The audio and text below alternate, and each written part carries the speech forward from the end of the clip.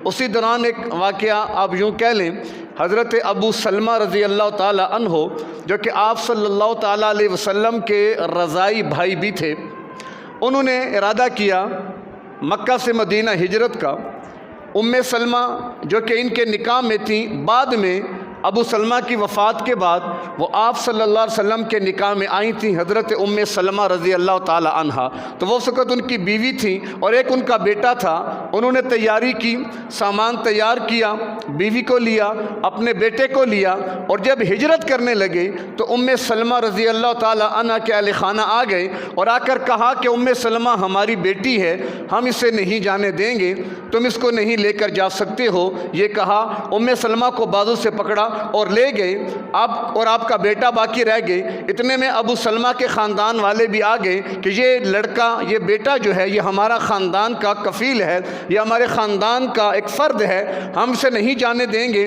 تو آپ کے بیٹے کو آپ کے گھر والے یعنی خاندان والے لے گئے، ادھر ابو سلمہ اکیلے، یعنی بیوی بھی الگ، بیٹا بھی جدا، خود بھی جدا، تینوں الگ ہو جاتے ہیں۔ لیکن اس کے باوجود ابو سلمہ رضی اللہ تعالی عنہ کے پائے استقامت میں جنبش نہیں آتی اور وہ صبر اور استقامت کا پہاڑ بن جاتے ہیں کہ بیوی بھی لے جانے والے لے گئے، بیٹے کو لے جانے والے لے گئے، اکیلے تنے تنہا ابو سلمہ نے وہاں سے ہجرت کا ارادہ کر کے سفر شروع کر دیا۔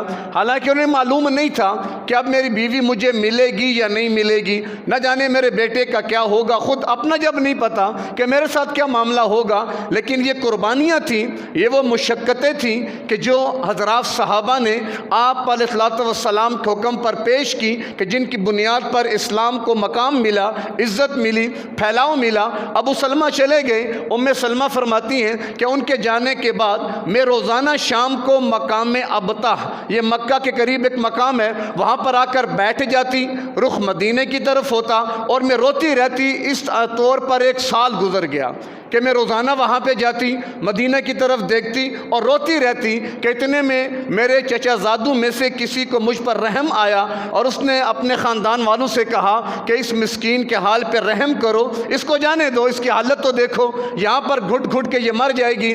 تو انہوں نے کہا چلو ٹھیک ہے، جاتی ہے تو چلی جائے۔ تو بارکف اپنے بیٹے کو مانگا، انہوں نے بیٹا بھی دے دیا، اکیلے ماں اور بیٹا پھر وہ مکہ سے مدینہ کی طرف سفر کے ارادے سے نکل پڑتے ہیں۔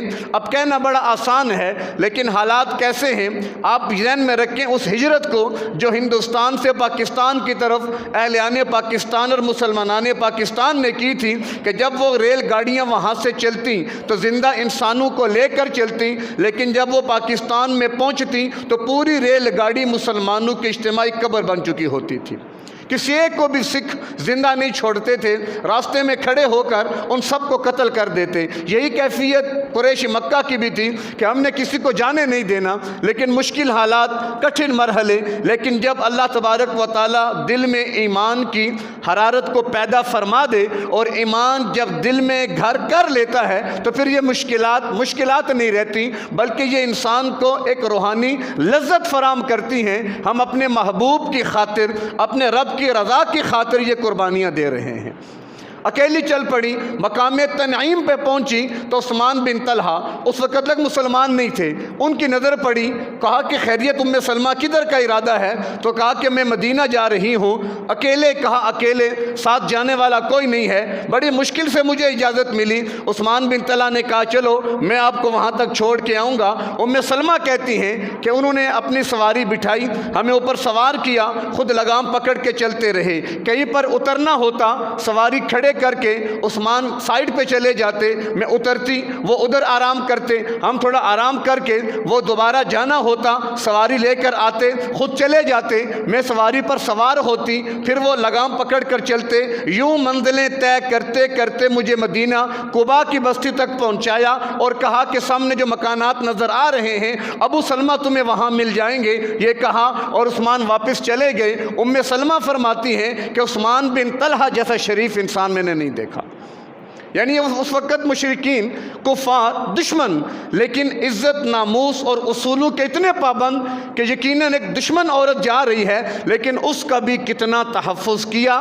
افسوس کا مقام ہے کہ آج ہم اسی محمد کے نام لیوا، لیکن آج ہماری اپنی ماؤں بہنوں کی عزتیں ہمارے ہاتھوں سے محفوظ نہیں ہیں۔ ارے غیر ہاتھ ڈالتے تو غیر ہے، دشمن تو دشمن ہے، آج اپنوں سے ہی پھر اپنے کتنے، اللہ معاف فرمائے محرم رشتوں سے بھی اب بچیاں محفوظ نہ رہیں۔ ایسے ایسے عجیب واقعات سننے میں آ رہے ہیں، کہیں پر ماموں اپنی بھانجی سے مکالہ کر گیا، کہیں پر چچا اپنی بھتیجی سے مکالہ کر گیا، کئی ماؤں نے یہ خود رپورٹیں دی ہیں کہ بیٹی جوان ہو چکی ہے اور باپ کی نگاہ ہمیں میلی نظر آتی ہے۔ یعنی یہ اس میڈیا نے ہمیں وحشی بنا دیا۔ حیوانات میں رشتوں کا تقدس نہیں ہوتا، جانوروں میں رشتوں کا تعارف نہیں ہوتا، انہیں رشتوں کا پتہ نہیں ہوتا۔ اللہ نے انسان کو اشرف المخلوقات بنایا، پھر انسانوں میں مسلمانوں کو جو اللہ نے عزت تکریم عطا فرمائی، آج وہ مسلمان بھی وحشیانہ اور درندگی کے کس حد تک جا چکے ہیں کہ آج محرم رشتے کہ جہاں تحفظ ملنا تھا آج ان کو تحفظ نہیں مل رہا۔ یہ بڑے المیہ ہیں ہمارے معاشرے کے، یقین جانیں اتنے بڑے المیہ، غلط بات تو کوئی نہیں ہو رہی، یہ آپ مشاہدہ بھی کرتے ہوں گے، کتنی ننھی کلیوں کو مسل دیا گیا اور ان کی لاشوں تک کو مسخ کر دیا گیا اپنی ہوس کی بھینٹ چڑھا کر۔ تو یہ کیوں ہو رہا ہے کہ ہم نے اپنے گھروں میں ٹیلی ویژن لا کے رکھا، ہم نے اپنے گھروں میں کیبل کا اہتمام کیا، ہم نے اپنی اولادوں کو موبائل فون لا کر دیے، ہم نے اپنی اولادوں کو انٹرنیٹ کے پیکج دیے، پھر اس کے بعد ہماری اولادیں ہماری نہ رہیں، وہ وحشی درندے بن چکے ہیں۔ تو خدا را فکر میں نے اور آپ نے کرنی ہے، اپنے اولادوں کے مستقبل کی، اپنے بیٹوں اور بیٹیوں کی عزت اور ناموس کی، یہ فکر میں نے اور آپ نے کرنی ہے۔ اللہ میں اس کی فکر نصیب